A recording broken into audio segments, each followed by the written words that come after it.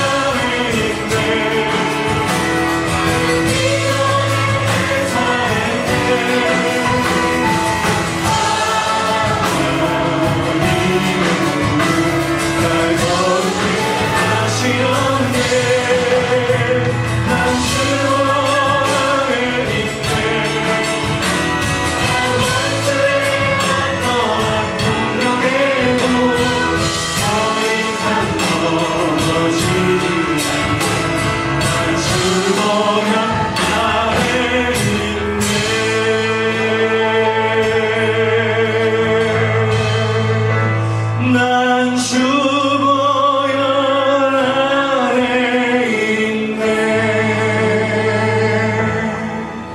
난 원수의 어떠한 공격에도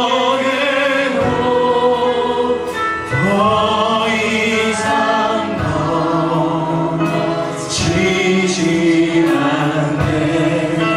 난 주보혈 아래 있네.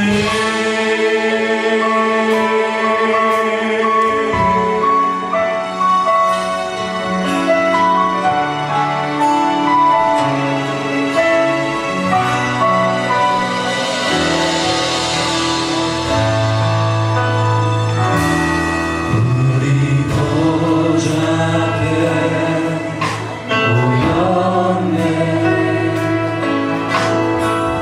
함께 주를 찬양하며 하나님의 사랑 그 아들 주셨네. 그의 피로 우리 구원받았네.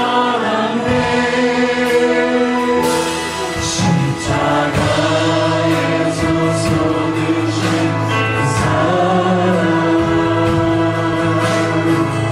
밤같이 온 땅에 흘러 나라와 족속 백성 마음에서 구원받고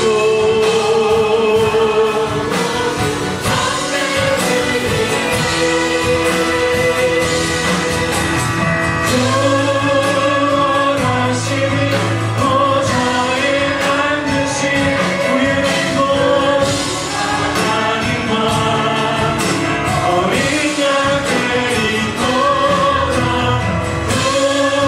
구원하시니 보좌에 앉으신 우리 하나님과 어린 양의 있도다.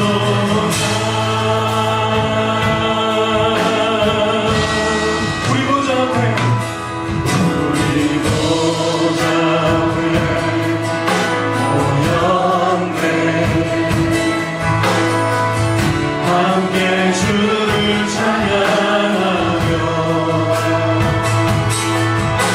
하나님의 사랑 그 아들 주셨네. 그의 피로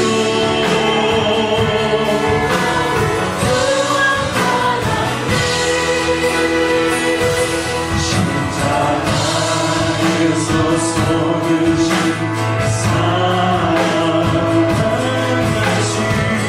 밤낮이 온 땅에 흘러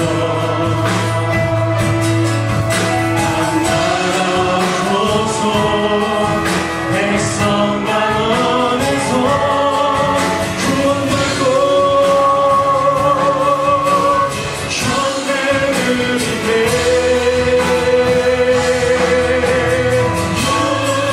구원하시니 보좌에 앉으신 우리의 구원 어린 양의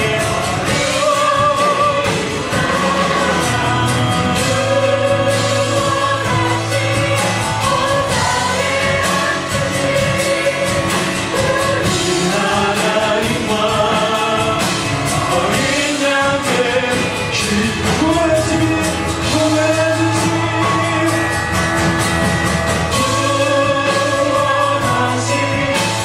보좌에 앉으신 우리 하나님과 어린 양의 있도다. 구원하시니 보좌에 앉으신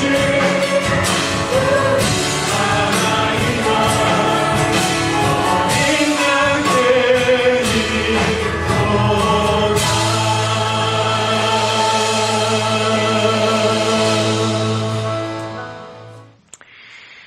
낯선 여자에게서 그의 향기를 느꼈다라고 하는 간곡 카피가 있습니다.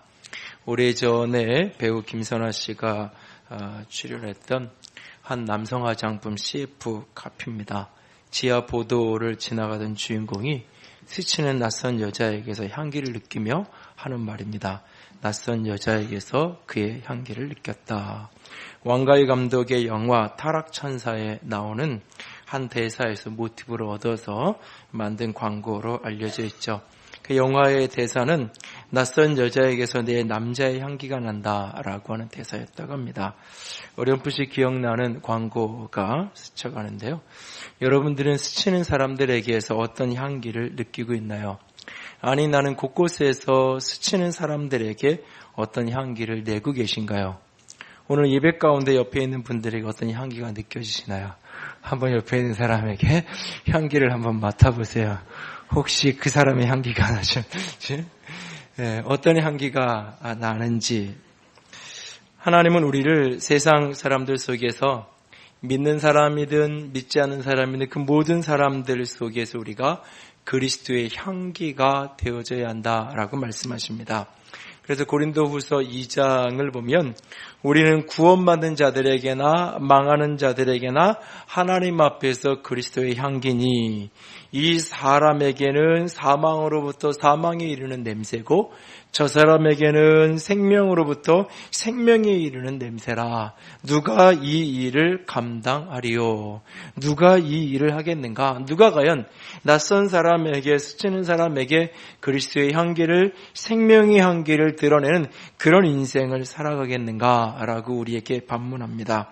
그리스도의 향기를 머금은 어느 곳에선가 만나는, 스치며 만나는 그 사람을 느끼면서 저 사람에게서 예수님의 향기가 난다. 저분이 혹시 믿는 분은 아닐까? 라고 이렇게 느껴지는 그런 향기를 발할 수 있고 향기를 낼 수 있는 저와 여러분이 될 수 있기를 원합니다. 그래서 이런 그리스도인과 관련된 CF를 만들면 어떨까? 낯선 사람에게서 그리스도의 향기가 난다.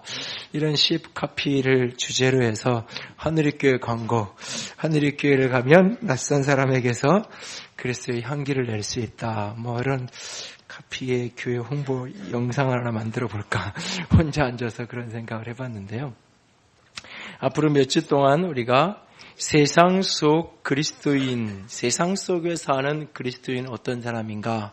어떻게 세상 속에서 살아야 이 세상에 스쳐가는 낯선 수많은 사람들 속에서 그리스도의 향기를 드러내 인생을 살아갈 수 있을까 하는 부분들을 좀 몇 주 동안 같이 생각해 보려고 합니다. 예수 그리스도의 복음 안에서 거듭난 그리스도인의 첫 번째 삶은 하나님과의 관계입니다. 그래서 하나님과의 관계 속에서 영적 예배자로 살아야 된다. 그렇게 영적 예배자로 살아가야 될 삶의 첫 번째 현장이 어디냐? 교회다. 내가 열심으로 그렇게 내가 영적 예배자로서 주님을 섬기고 살아가야 되는데 주님을 섬긴다는 것은 그리스도의 몸인 교회를, 형제를 사랑하는 것이다 하는 이야기를 나누면서 거듭난 그리스도인이 하나님 앞에서 어떤 사람이 되어야 하는가라는 이야기를 좀 나눴습니다. 오늘부터 몇 주 동안은 이 거듭난 그리스도인이 세상 속에서 어떻게 살아야 되는가. 오늘은 그 첫 번째로 세상 사람들과의 관계입니다. 믿는 사람들, 그리스도 안에 형제된 우리끼리의 서로 관계뿐만이 아니라 세상에 그리스도 바깥에 있는 사람들과의 관계 속에서 우리가 어떤 삶을 살아갈 때 우리에게서 그리스도의 향기가 날 수 있을까? 세상 속에서, 세상의 수많은 사람들 속에서 그리스도의 사람으로 그리스도의 향기로 산다는 것은 어떤 의미일까 하는 부분을 같이 생각하기 원합니다. 첫 번째로 우리가 세상에서 만나는 사람들과의 관계 속에서 그리스도의 향기를 드러내기 위해서는 박해하는 사람을 축복하는 사람이 되어야 합니다. 우리를 박해하고 때로는 복음에 대해서 하나님의 교회에 대해서 적대적인 반응을 하는 사람들을 만난다 할지라도 그런 사람들을 축복하는 자가 되어야 합니다. 인간의 본능은 복수 본능입니다. 그래서 나를 힘들게 하거나 나에게 아픔을 준 사람이 있다면 그 사람에게 안갚음을 하고 싶어 하죠. 최소한 그 사람이 그 사람을 망하게 할 수 있는 힘과 능력이 없다면 최소한 그 사람 망하라고 시큰 욕이라도 해야, 시큰 그 사람 망하라고 저주라도 쏟아 부어야 마음이 시원한, 속이 편안한, 그것이 사람의 인간의, 이 죄된 인간의 본능입니다. 그래서 내가 받은 대로 갚아주고 싶어 합니다. 아니, 받은 대로 갚는 정도가 아니라 내가 받은 것의 몇 배를 갚아야만 속이 후련하고 시원한, 그래서 끊임없이 나를 힘들게 하는 사람들을 욕하고 저주하고 싶어지는 게 인간의 본능이 죄성의 본능입니다.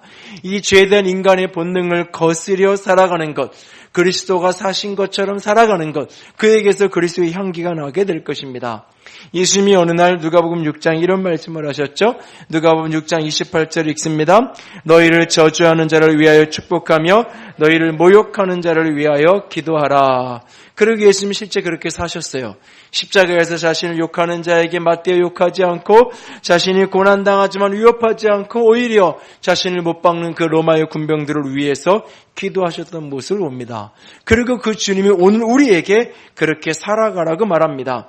베드로전서 3장 9절도 이어서 같이 읽습니다.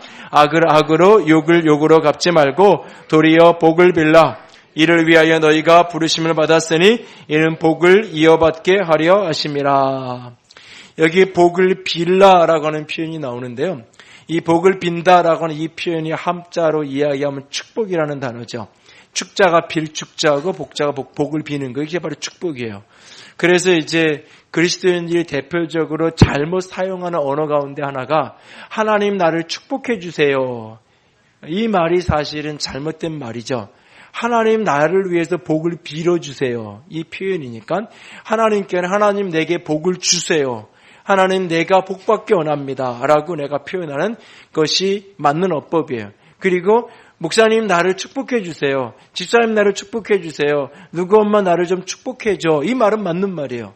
복을 빌어달라고, 나를 위해서 내가 복을 받을 수 있게 나를 위해서 기도해달라고, 복을 빌어달라고 이야기하는 표현. 그래서 축복이라는 표현, 복을 빌라. 근데 어떤 사람에게 복을 비냐? 악을 악으로 욕을 욕으로 갚지 말고 복을 빌어주어라. 이것을 위하여 너희가 부름을 받았다.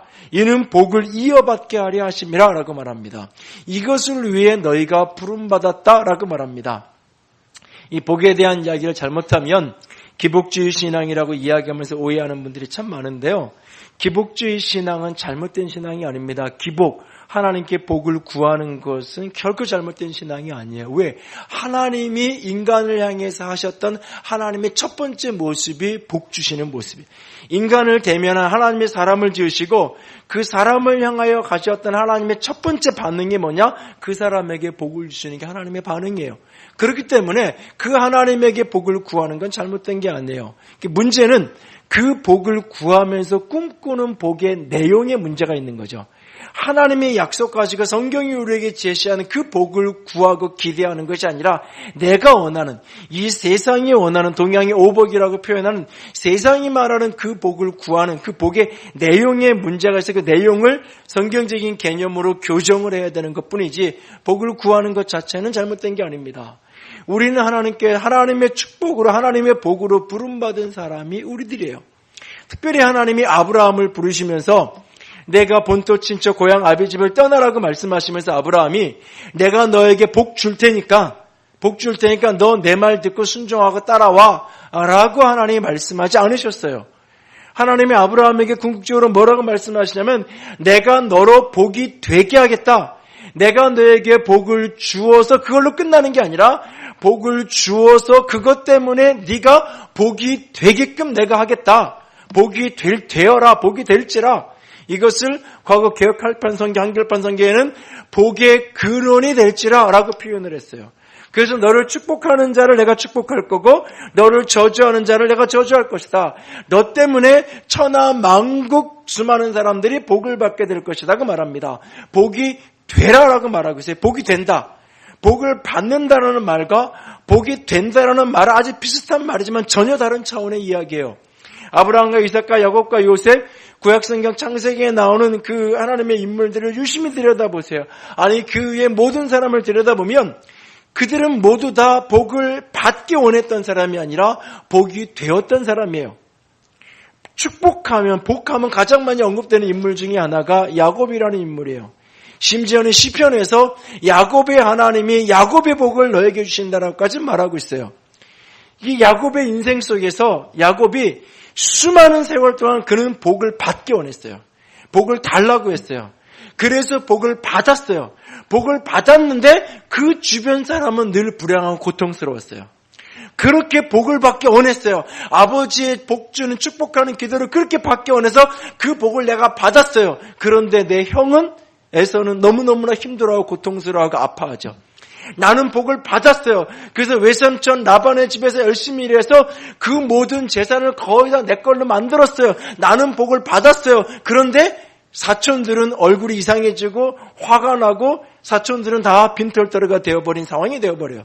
나는 복을 받았는데 내 주변 사람들은 행복하지 못하는 거예요. 나는 행복해서 너무너무 좋은데 내 주변 사람들은 너무너무나 불행한 거예요.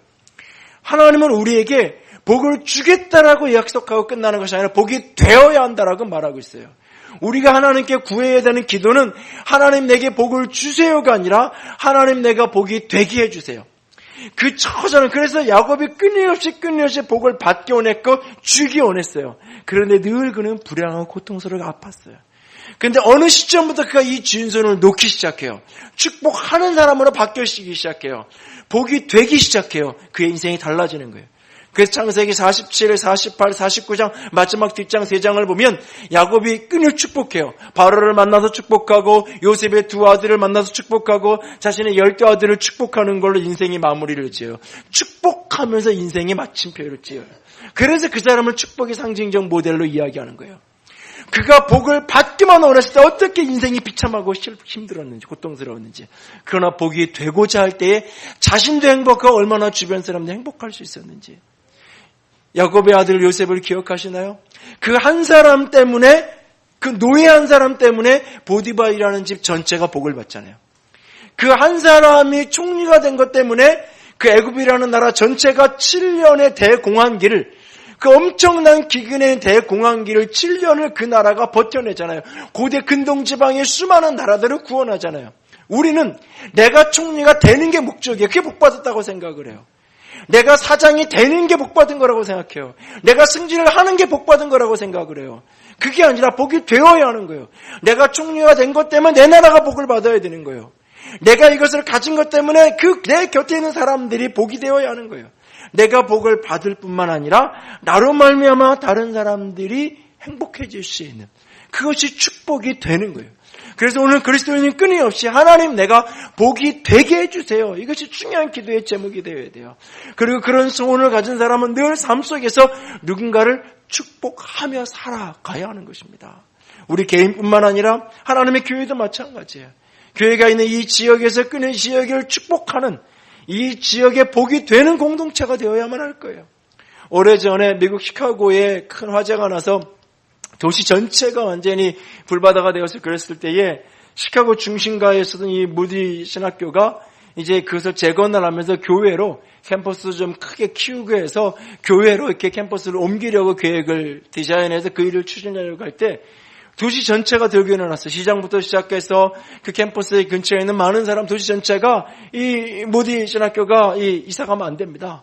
도시의 중심에 여전히 남아있어야 됩니다. 학교가 여기 이 도시의 중심에 있기 때문에 시카고 중심에 슬럼가가 없고 시카고의 영적 건강성이 이만큼 유지되는데 떠나서는 안 됩니다. 그냥 그 학교 앞에, 정문 앞에 있는 분식집 주인이 학교가 이사가면 학생들이 다 떠나니까 손님이 없어 망하게 생겼으니까 학교 이사가면 안 된다고 이야기하는 게 아니에요.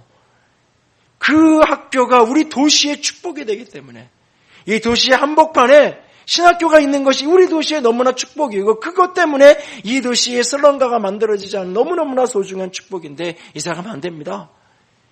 마치 그런 것처럼 그 도시에, 그 머물러 있는 그 땅에 축복이 되니까, 그것에 복이 되니까 그 세상이 그렇게 이야기하는 거죠. 오늘 그리스도의 사람이, 그리스도인이 개인이든 우리 공동체는 이 땅에서 복의 사람이 될 수 있기를 원합니다. 그러기 위해서는 끊임없이 심지어 나를 박해하는 사람들에 대해서조차도 축복하는 자로 살아야 합니다.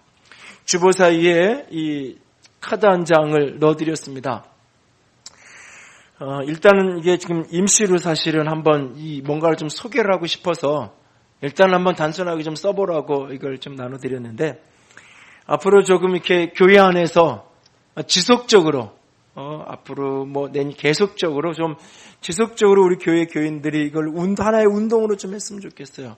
더 퍼져나간다면 모든 그리스도인들이 이 리스트 하나씩을 좀 갖고 살았으면 좋겠는데, 많이 이렇게 회자되는 이야기 중에 하나가 버킷리스트라는 게 있죠. 죽기 전에 해보고 싶은 일 만들어 쓰고 해보고, 또는 그것을 이제 1년 단위로 끊어가지고 올 1년에 2014년 버킷리스트를 연초마다 쓰게 하고 그것을 해보고 뭐 이런 것처럼 여러분들 모두가 블레싱 리스트라고 표현되는 카드 한 장을 늘 갖고 살았으면 좋겠어요. 내가 누군가를 축복하기 위한, 내가 누군가 다른 사람을 축복하기 위한 축복의 리스트를 여러분들이 갖고 살았으면 좋겠어요.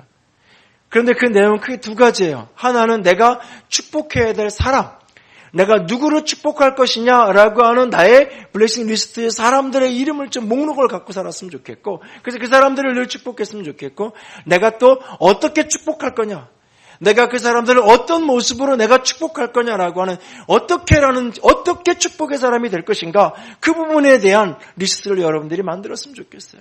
내가 어떤 사업을 하는데 이 사업이 과연 내가 사는 도시의 이 주변에 복이 될 수 있는가, 그들에게 축복인가?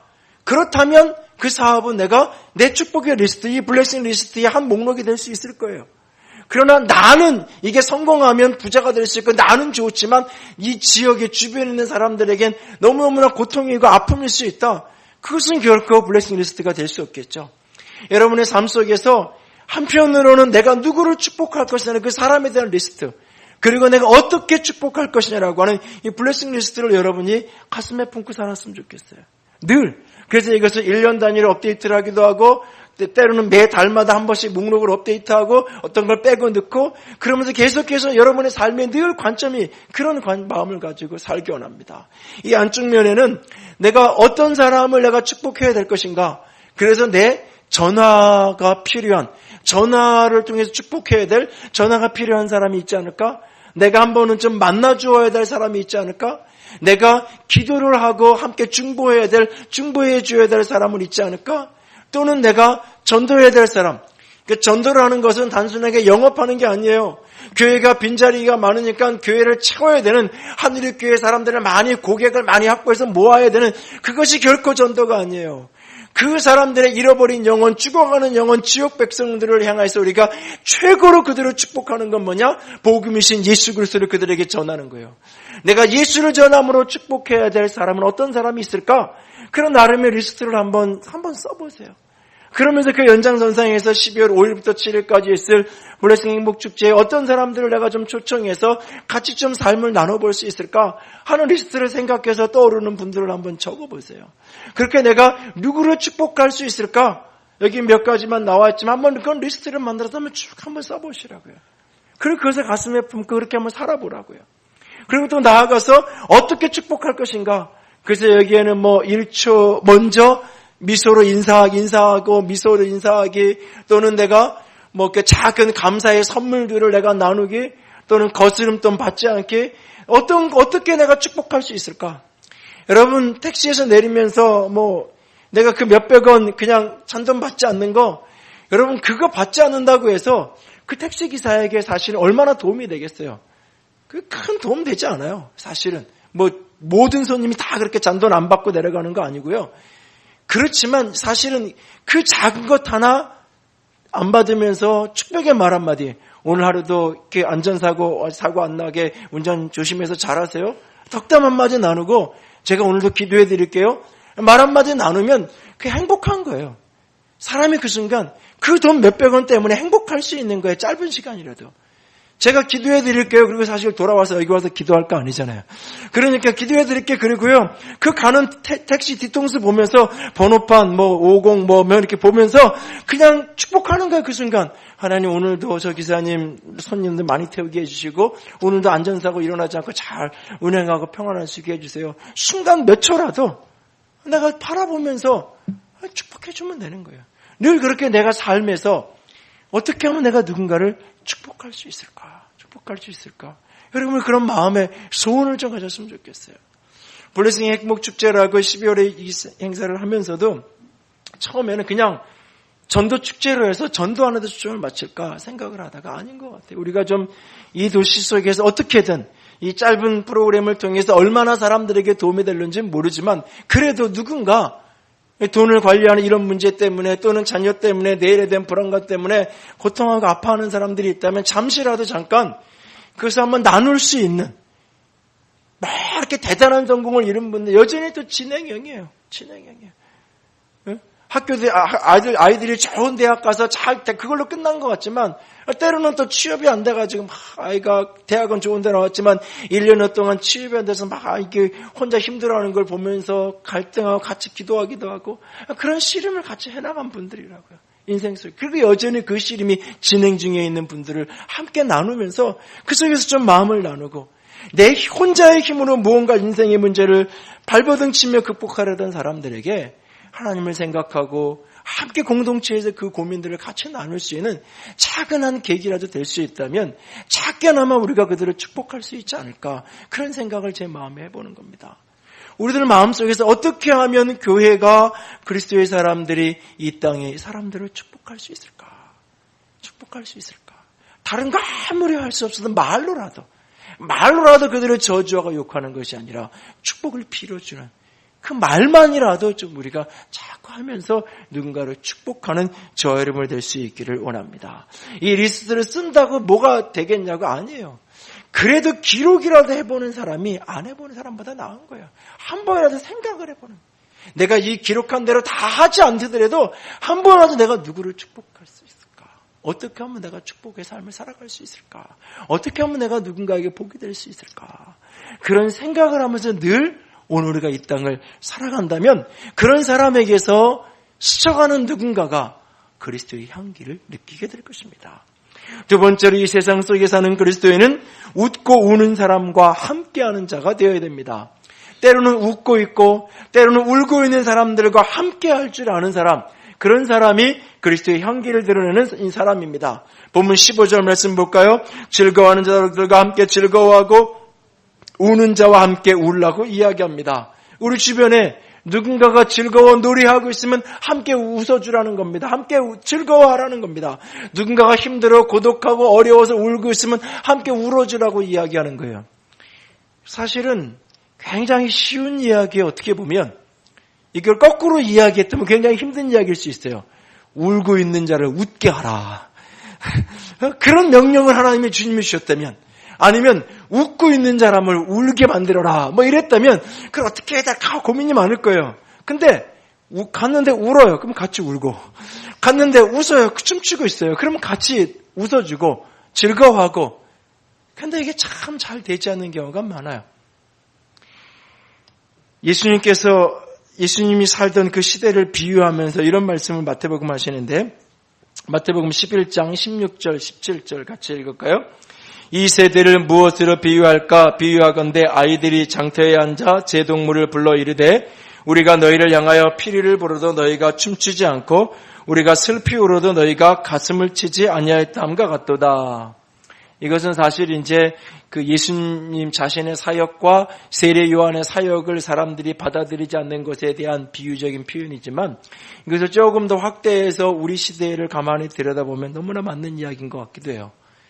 누군가가 피리를 불어도 춤추지 않고 누군가가 슬피 울어도 가슴을 치지 않는 사람. 그래서 어떤 분은 이것을 공감장애라고 표현을 하더라고요. 한국 사회가 마치 정서적인 의미에서 집단적인 자폐증에 걸린 것 같더라고요. 다 자기 자신의 필요, 내 눈에 들어오는 것밖에 보이지 않고 내 시선에 들어오는 것 바깥에 있는 사람들과 어떤 소통도 하지 않으려는, 이것은 소수의 정치인들만의 문제가 아니라 우리 시대의 많은 사람들 속에 다른 사람의 삶에 공감하지 못하는 이 공감 장애에 대한 깊은 어려움을 갖고 있는 것 같다. 2세기에 탁월한 설교가였던 크리스토스톰이라는 분은 이런 얘기를 하셨어요. 우는 자와 함께 우는 것은 웃는 자와 함께 웃는 것보다 쉽다. 우리가 웃는 자와 함께 웃기 위해서는 훨씬 더 고상한 인격을 필요로 한다. 웃는 자와 함께 우는 것이 때로는 더 어렵고 더 성숙한 인격이 있어야 가능하다. 우리 속담에 사촌이 노는 사면 배가 아프다 이런 말이 있잖아요. 그래서 사실은 남의 성공, 남의 행복, 남의 즐거움에 함께 박수치며 즐거워하는 게 쉬운 것 같으면서 사실 굉장히 어려워요. 누군가가 시험을 나 이번 시험 잘 봤어. 그러면 꼭 한마디 하죠. 이번 시험 굉장히 쉬웠나 봐. 꼭 한마디 꼭 해요. 이번에 제가 승진이 돼서요. 너무너무 감사해요. 그럼 또 한마디 해요. 그 전무님이랑 대학교 동문이라 그러더니 뭐 이렇게 한마디 하죠. 뭐 그런 것 때문에 된 것 같아. 때로는 심지어는 어떤 교회가 부흥하고 교회가 성장한다는 말을 듣고도 함께 잘 기뻐하지 않아요. 그리스도인들이. 그게 목사님은 맨날 그렇게 강단에서 사람들을 진리는 선포 안 하고 웃기기만 하고 그래서 그런 거야. 아니면 그 교회는 건물이 아주 멋있게 그러니까 건물이 전도하는 거지 그 교회가 좋아서 그런 게 아니야. 뭔가 이렇게. 제가 한 10여 년 전에 서울 시내에 있는 한 10개의 교회를 리스트를 뽑아가지고 한번 이렇게 리서치를 일주일에 한 번씩 틈날 때 이렇게 돌아다니면서 연락할 수 있는 연락해서 사람들 좀 만나고 그래 본 적이 있어요. 혼자. 내가 보기에 별로 부흥할 것처럼 보이지 않는 교회인데 부흥하는 교회.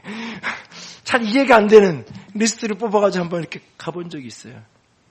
근데요, 멀리서 보면 다 이유가 없는 것 같은데요. 가까이 들어가서 보면 내가 알지 못하는, 멀리에서는 바깥에서는 잘 보이지 않은 그 내면에 가만한 이유가 있어요. 우리는 쉽게 어떤 교회가 그 교회 뭐 건축해가지고 길목 좋고 거기에 뭐 아파트 막 입주하고 그러니까 저절로 그렇게 되는 거지. 아니에요. 그렇게 아파트 짓기 전에 다 입주해서 멋있는 건물 지어놓은 교회인데도 교인들이 안 모여가지고 경매 나오는 일도 많고요. 얼마든지. 우리는 쉽게 그렇게 표현하고 남의 행복에 대해서 즐거움에 대해서 함께 공감하고 함께 즐거워하는 게 심지어는 옆에 교회가 부흥하는 것조차도 잘 안 되는데 뭐 세상 일이야 어떻게 했어요. 때로는 사실 우리가 옆에 있는 사람이 즐거워할 때 함께 즐거워하는 사람을 만날 때 진짜 그 사람하고 같이 즐거워할 때 거기서 그래서 향기가 나는 거예요. 특별히 그리스도인에게 잘 안 돼요. 특별히 믿지 않는 사람들이 잘 되면 그래 너는 잘 되라. 너는 천국에 지옥 갈 거니까 세상에서 잘 먹고 살아야지. 꼭 그렇게 한마디 하고 싶어져요. 아니면 또 이렇게 얘기하죠. 하나님 저 한 대 때려서 망해야 예수 믿고 돌아올 텐데 맨날 저렇게 잘 되면 어떻게 해요? 좀 망하기 좀 하셔야지. 사실은 대놓고 얘기는 못해도 속으로 그럴 때가 있어요. 진짜 즐거워하고 진짜 행복해하고 함께 즐거워해 주는 게 잘 안 돼요. 그러나 진짜 누군가의 행복함에 즐거움에 동참할 수 있을 때 거기에 그리스도의 향기가 나는 거예요. 그러면 이건 고상한 인격을 필요한 게 좀 어려운데 반면에 우는 자와 우는 거는 쉽게 되든가요? 힘들어하는 사람 옆에서 함께 힘들어해 주는 아파해 주는 거 공감하는 건 쉽게 되든가요? 어떤 상담학자가 조사를 했다 그래요. 인생의 위기와 어려움을 만난 사람들에게 인터뷰를 한 거예요. 당신이 고통당할 때에 가장 위로가 된 사람은 어떤 사람이었나요? 이렇게 해서 인터뷰를 해서 쭉 정리를 했는데 이 글을 보면서 참 이렇게 부끄럽기도 하고 이렇게 많은 생각을 했는데 제일 도움이 안 된 사람, 잠깐 신방에서 언제 들어도 지당한 말씀 몇 마디 하고 돌아가는 목사님, 제일 도움이 안 된다고. 그래서 나를 보는 것 같아서 내가 또는 선물을 하나를 가져다가 주는 사람, 또는 그런 문제에 도움이 된다고 착한 권을 딱 놓고 이것 좀 읽어보라고 놓고 가는 사람 별로 도움이 안 된다는 거예요. 근데 진짜 도움이 된 사람은 어떤 사람이냐 그러면 물었더니 하는 얘기들이 대부분이 따뜻한 마음을 가지고 옆에 있어 주었던 사람, 그냥 옆에 머물러 있어 주었던 사람, 그러면서 내가 무슨 얘기하면 내 이야기 들어주고 그 이야기를 듣다가 내가 울면 함께 울기도 하고 시간이 아무리 갔어도 자신의 손목에 있는 손목시계를 꺼내서 들여다보지 않는 사람, 그렇게 나와 함께 시간을 내서 그냥 머물러 있어주는 그런 사람, 그런 사람이 내게 제일 위로가 되었습니다 라고 말하더라고요. 욥기서 2장에 나오는 욥의 친구들처럼 말이에요. 우리는 욥의 친구들이 굉장히 악하고 못된 사람이라고 오해해요. 사실은 그렇지 않아요. 친구가 고통을 당하고 어려움 당했을 때 멀리 살아서 세 친구가 서로 연락을 해가지고 야 욥이 사업이 망했대, 병들었대, 애들이 사고 났대, 우리 가보자 연락을 해서 온 거예요. 와가지고 보니까 욥이 몰골이 하니까 주저앉아서 통곡을 하면서 울어요. 근데 그게요 하루가 아니 7일. 욥에게 도대체 뭐라고 얘한테 해줄 말이 없어가지고 그냥 아파서 같이 앉아서 그렇게 같이 울어주던 그런 친구들이에요. 사실은 거기까지만 했으면 성경의 위로의 최고의 모델로 인용이 됐을 텐데 이 입을 열어가지고 입이 방정이라 입을 안 뗐으면 굉장히 긍정적인 모델일 텐데 입을 열기 시작하면서 입에서 독 한 마리 나가기 시작한 거죠. 그런데 어쨌든 그 전까지는 그만한 위로의 사람이 없는 거예요. 사실은. 여러분은 누군가 아파하고 힘들어하는 사람을 만날 때 그 옆에서 같이 머물러 있어주고 들어주고 그러니까 울어주는 게 아니에요. 오늘 본문에 보면 즐거워해 주라, 울어주라고 얘기하는 게 아니에요. 같이 우는 거예요. 같이 즐거운 거예요. 진짜 그 사람의 축복이 행복한 것이 내 마음에 감동이 되면 진짜 같이 즐거워요. 내일처럼. 진짜 그 사람이 마음이 가쁜 게 내 가슴처럼 아프면 그냥 울라고 애를 쓰는 게 아니라 그냥 눈물이 흐르게 돼 있는 거예요. 그것이 오늘 그리스도인의 이 세상 속에서 향기를 낼 수 있는 소중한 빛이라 방법이라고 말하고 있어요. 그런데 이게 잘 안 돼요. 참 어려워요. 아주 단순한 것 같은데 잘 안 돼요. 왠지 아세요? 그 답이 16절에 기록이 되어 있어요. 16절을 같이 읽을까요? 서로 마음을 같이 하며 높은 데 마음을 두지 말고 도리어 낮은 데 처하며 스스로 지혜 있는 채 하지 말라. 그래서 그래요. 마음이 교만해져서 높은 데 있어서 나는 저 사람과 다른 차원에 사는 사람이에요. 그래서 저런 세속적인 즐거움으로 나는 즐거워할 사람이 아니에요. 저 정도의 어려움에 눈물을 흘릴 사람이 아니에요. 나는 고상하게 높이 있어서 그래서 다 판단하고만 있어요. 그리고 스스로 지혜 있는 척하면서 뭔가 거기에 해답을 주려고 뭔가 거기에 답을 주려고 자꾸 이야기를 해요. 뭔가 그 문제에 대한 내 나름의 해결책을 자꾸 이야기하려고요. 함께 공감하고 함께 머물러 주면 될 것을 그거보다는 뭔가 내가 해결하려고 생각하고 내 지혜로 자꾸 판단하고 이야기하려고 하죠. 특별히 소위 스스로가 믿음 좋다고 생각하고 교회생활을 좀 오래 했다고 얘기하는 사람일수록 생각하는 사람일수록 사람이 아주 살벌하고 잔인할 때가 있어요. 아주 무서울 때가 있어요. 사람이. 내뱉는 말은 참 맞는 말인데 듣는 이 사람 입장에서 가슴이 후렵하는 칼질, 난도질을 당하는 것 같은 아주 살벌하고 아주 무서운 걸 느껴질 때가 있어요. 때로는 애들 때문에 애들을 키우면서 참 자기 마음대로 안 되고 힘들고 어려워서 어떻게 전도를 받아서 교회를 나왔단 말이에요. 그러면서 이렇게 여전히 좌충우돌하며 힘들어하는 모습들을 이렇게 나누며 이야기해요. 그럴 때 해결해달라고 이야기하는 거예요. 나 지금 모르겠고 잘 안 되고 힘들다는 그냥 이야기를 하는 거예요. 그런데 거기다 대고 말하죠. 엄마가 기도도 안 하니까 그렇게 되는 거고 믿음이 없으니까 내가 그 모양인 것이지. 기도 열심히 하는 집 아들도 때로 망가질 때가 있더라고요. 때로는 그럴 때가 있더라고요. 거기다 대고. 아니면 내가 그렇게 한참 얘기하고 나가는 뒷모습을 보고 내가 그럴 줄 알았어. 내가 처음 볼 때부터 좀 영적으로 이상하다고 생각했어. 그랬더니 저 사람 성격이 이상해서 그래서 집안에 저런 일이 있는 거야. 뭔가 나는 영적인 지혜를 가지고 분별하고 아는 듯 판단하고 정죄하고 비난하고 있죠. 그리고 때로는 한술 더 떠서 나도 애 때문에 힘들었는데 나는 당신처럼 그렇게 하지 않았어. 내가 그렇게 힘들 때 나는 그렇게 살지 않았어. 그렇게 살지 마. 이렇게 해야 돼. 뭔가 내가 사실은 밑바닥에는 안타까움이 있는 걸 도와주고 싶은 마음이 근데 그게 진정한 공감이 안 되면서 함께 울고 함께 웃는 그 자리에 내려가지 않은 채로 나는 높은 데 그대로 앉은 채로 나는 스스로 지혜 있는 사람인 척 착각하면서 내뱉는 말들은 아무리 옳은 말을 해도 그것이 의미 없는 거예요. 오히려 사람을 잔인하게 가슴 아프게 하고 고통스럽게만 오히려 할 뿐인 거예요. 그냥 들어주고 같이 울어주고 그러다가 어느 날 내가 어떻게 했으면 좋을지 좀 이야기 좀 해주세요. 내가 어떻게 이런 상황이다 어떻게 하면 좋을까요? 진짜 뭔가 어떻게 하는 게 좋을지를 모르겠어서 물을 때 그때 가서 나는 옛날에 그럴 때 이렇게 했었어. 내가 누구한테 들으니까 어떤 분은 이렇게 했다더라. 이렇게 한번 해봐. 그때 가서 얘기할 수 있는 거예요. 먼저 같이 울고 같이 공감이 충분히 된 다음에 그 다음에 뭔가를. 근데 조금 성경을 알고 조금 어떤 영적인 걸 좀 깨닫고 그러고 나면 내가 모든 걸 다 아는 듯 막 해답을 주고 막 답을 내가 막 모든 걸 다 해결하려고 그래요. 사실 아니요. 오늘 우리가 서로에 대해서 깊이 공감할 수 있게 합니다. 세상 사람들에게 마찬가지예요. 예수 안 믿는 사람들이 힘들고 어려울 때 그 사람들에게 제발 이렇게 말하지 마요. 예수만 믿으면 다 해결되는데, 교회만 나가면 다 해결되는데, 여러분 정직하게 해결되더냐고요.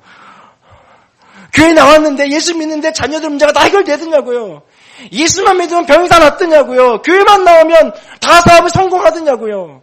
나도 여전히 아프고 힘들고 고통스럽잖아요. 근데 왜 그 사람들에게 그렇게 잔인하게 말하냐고요. 그저 같이 울어주고 아파해주고, 그렇게 시간이 흘러갈 때 어느 날 그 사람이 같이 울어주고 같이 웃어주는 그 모습 속에 그리스도의 향기를 느낄만 할 때 나랑 같이 교회 가서 기도하자.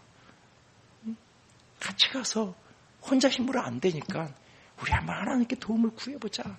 그럴 때의 사람이 마음이 움직여지고 발이 떼어지는 거예요. 사실은 우리의 중심에 세상에 그리스도 바깥에 있는 사람, 이 세상에 수많은 사람들과의 관계 속에 우리가 살아가면서 이 속에서 웃는 사람과 함께 웃어주고 웃고 우는 사람과 함께 울 수 있는 함께하는 저와 여러분이 될 수 있게 원합니다.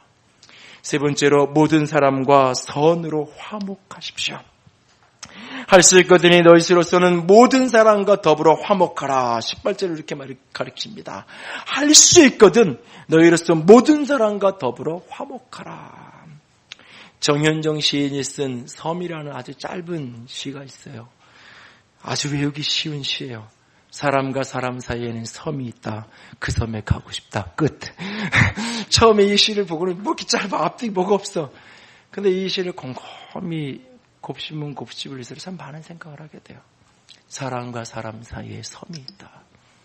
누군가는 현대인들이 다리를 놓을 줄을 모르고 벽말산 쌓을 줄 안다 그랬어요. 사람과 사람 사이에 섬이 있어요. 수많은 사람들 속에. 그런데 또 그 마음에는 그 섬에 가고 싶은, 그 섬을 뛰어넘고 싶은 소원은, 열망은 또 밑바닥 깊은 곳에 있어요. 인간의 깊은 외로움과 그 소망을 이렇게 담아낸 짧은 시인데요. 언젠가 그 택시 운전하시는 기사분이 인터뷰를 하는데 그런 얘기를 하시더라고요. 예전에는 이렇게 커플들이 이렇게 뒷좌석에 앉으면 너무 낯뜨거운 짓을 하고 막 그래가지고 이렇게 힘들었는데 요즘에는 그런 일이 별로 없다고. 대부분 커플들이 앉아도 각자 스마트폰하고 각자 자기 폰 보고 있는 경우가 굉장히 많다고. 여러분들 카페 가서 사람들 가만히 유심히 살펴보세요. 가만히 사람 구경 한번 해보세요. 각자 자기 노는 사람들 꽤 많아요. 특히 대학가나 가면 젊은 대학생들, 친구들 보면 한 7, 8명이 이렇게 앉아있어요. 앉아있는데 다 각자 스마트폰 봐요. 그래서 같이 테이블에 앉아있으면 재밌는 얘기를 하면 웃는 타이밍이 다 똑같아야 되잖아요. 타이밍이 틀려요. 이 친구가 보고 본 거 보내줘요. 앞에 친구가 열어서 그 동영상을 보고 또 웃어요. 타이밍 시차를 두면 각각 다르게 웃어요. 한꺼번에 같이 웃는 게 아니라. 전혀 이해가 안 되세요? 대학가를 가서 한번 애들 한번 이렇게, 그 요즘 우리 애들이에요. 우리 자녀들이에요. 가끔. 다 이렇게 그러면서도 뭔가 원해요. 그러면서도 원해요. 그러면서도 관계를 원하고 사랑을 원하고. 할 수 있거든 그 사람들 속에 들어가서 화목할 수 있도록 다리를 놓는 저와 여러분이 될 수 있게 원합니다. 그런데 여기 할 수 있거든 이라는 전제가 붙었어요. 이건 뭐냐면 축복하는 거는 내가 누구든지 할 수 있어요. 어떤 욕을 해도 내가 욕하지 않고 축복하면 되는 거예요. 할 수 있어요. 근데 화목한 거는 내가 손을 내밀면 상대방이 받아줘야 화목이 되는 거죠. 뒤에 가면 선으로서 화목하라고 말하면서 때로는 줄이는 자에게 원수라도 줄이는 자에 먹을 걸 주고 목말르면 마실 걸 주라고 그랬어요. 여러분이 진짜 화목하고 싶어서 원수에게 마실 걸 가지고 갔어요. 그랬을 때 그 원수가 고맙다 그러고 받는 원수도 있지만 원수 같은 짓을 하는 사람이 있죠. 그 물을 집어 던지는 사람도 있어요. 내가 네 주는 물 먹겠냐고 찡끔 목말라 죽겠으면서도 그 물을 안 받는 사람이 있으면 어떡해요? 화목할 수 없는 거죠. 그래서 할 수 있거든이라는 표현이 여기 전제가 따라오는 거예요. 그러나 그럼에도 불구하고 모든 사람과 한계가 인정하지만 그럼에도 불구하고 모든 사람에게 우리가 화목하기를 추구하라. 특별히 좋은 게 좋다는 식으로 모든 불법과 어두움으로 하나되라 화목하라는 이야기가 아니라 선을 도모하면서 선으로 화목한 자가 되라고 우리에게 부탁하면서 권면하고 있어요. 이것이 그리스도인의 삶이에요. 너희가 세상의 빛이다 소금이라고 말했을 때 그 본질적인 의미 중에 하나가 세상을 화목하게 하는 거예요. 마가복음 9장 50절에 예수님이 이렇게 말씀하셨어요. 같이 읽어요. 소금은 좋은 것이라되 만일 소금이 그 맛을 잃으면 무엇으로 이를 짜게 하리요. 너희 속에 소금을 두고 서로 화목하라 하시니라. 너희 속에 소금을 두고 서로 화목하라 라고 말씀하고 계세요. 여러분, 김장에서 김치를 했을 때 그게 잘 익으면 그 김치의 새로운 또 다른 맛이 나는 거예요. 잘 안 익으면 어떻게 돼요? 배추는 배추인 맛이 나고 다 따로따로 거기 안에 들어간 것들이 다 따로따로 놀아요. 그럼 맛없는 김치가 되는 거죠. 맛있는 김치는 이게 다 하나로 모아져야 돼요. 그러기 위해서 제일 중요한 게 뭐냐면 소금이에요. 소금이 얼마큼 들어가야 돼요? 적당히. 이게 너무 안 들어가면요, 이 제대로 절여지지가 않고 그래가지고 다 살아있잖아요. 그리고 빨리 쉬고. 근데 또 너무 많이 집어넣어가지고 짠 게 아니라 쓰게 만들어놔 버리면 문제가 되잖아요. 적당히 들어가서 녹아져서 그 하나가 되는 거예요. 어우러지는 거예요. 소금을 두고 화목하라고 말해요. 그리스도인이 세상의 소금이다라고 말했을 때 그 가장 중요한 것 중에 하나는 세상에 등지고 갈등하는 사람들 속에 들어가서 그들을 화목하게 만드는, 심지어는 원수라도 원수조차도 한 사람 이 손을 잡고 한 사람은 이 손을 잡아서 화목시키는 그런 사람이 되라라고 우리에게 말씀하고 있습니다. 우리가 그렇게 살아갈 때 그런 우리를 보면서 사람들이 그리스도의 향기를 느끼게 될 거예요. 어떤 청년하고 이야기를 하는데 그런 얘기를 해요. 자기는 우리 직장에서 이렇게 인턴으로 이렇게 일을 하는데 그 팀장 되는 분이 이렇게 졸업하면 우리 오라 그래 막 얘기도 하고 밑에 직원들은 쟤 꼭 우리 회사 원서 쓰라 그러고 지원 내라 그러고 얘기하라 그런다는 거예요. 어떻게 해서 그렇게 됐냐 물어보니까 하는 얘기가 사람들이 그 팀장을 다 안 좋아한대요. 쉬운 얘기를 회사 가면 조금 다 싫어하는, 어느 부서 발령나는데 그 부서장 밑으로 발령나면 다 싫어하는 그런 거예요. 다 싫어한대요, 직원들이. 근데 자기가 보니까 괜히 불쌍하더래요. 그분이 그냥 보니까 가만히 보니까 나름대로 열심히 하려고 그러는데 나름 자기 부서 사람 직원들 부서 사람을 챙겨주려고 하는 행동이 다른 부서 사람들이 보면 자기 부서만 챙기는 것 같고, 근데 가만히 보면 마음은 다 자기 부서 사람을 위하려고 그런 게 보여드려요, 눈에. 그렇게 불쌍하게 보여드려요. 그러니까 뭘 시켜도 그냥 웃는 낯을 이렇게 하게 되는, 불쌍한 분이 불쌍한 짓 하는데 웃어야죠. 웃음이 나오는, 그러면서 이렇게 웃으면서 하는 거예요. 그랬더니 자기가 특별히 한 것도 없고 잘하는 것도 아닌데 그렇게 얘기하더라는 거예요. 다른 직원이 너 가면 꼭 우리 회사에 원서 쓰라고. 팀장님이 꼭 뽑아야 된다고 얘기하라고 그랬다. 여러분, 세상에 살면서 화목할 수 없는 사람은 아무도 없어요. 아무도 없어요. 나랑 뭔가 지금 안 맞는 것 뿐이에요.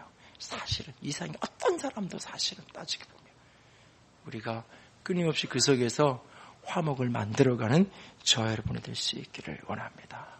오늘 하나님의 사람들이 교회가 이 세상의 낯선 사람들에게 그리스도의 향기가 나는 그런 교회, 그런 저와 여러분이 되기 원합니다. 축복하십시오. 그들과 함께 하십시오. 그들 속에 들어가서 화목하게 하는 사람이 되십시오. 마더 테레사가 썼던 어쨌거나 anyway라고 하는 시가 있습니다. 이 시를 인용하면서 말씀을 마칩니다. 사람들이 때로 비이성적이고 비논리적이고 자기중심적으로 느껴진다 할지라도 어쨌거나 용서하십시오. 당신의 친절의 사람들이 오히려 당신의 동기를 의심하고 당신을 이기적이라고 한다 할지라도 어쨌거나 친절하십시오. 당신의 성공을 보고 주변에서 거짓된 친구들과 참된 친구들이 함께 모여온다 할지라도 어쨌거나 성공하십시오. 당신의 솔직함과 단순함을 이용하여 사람들이 당신을 속인다 할지라도 어쨌거나 정직하십시오.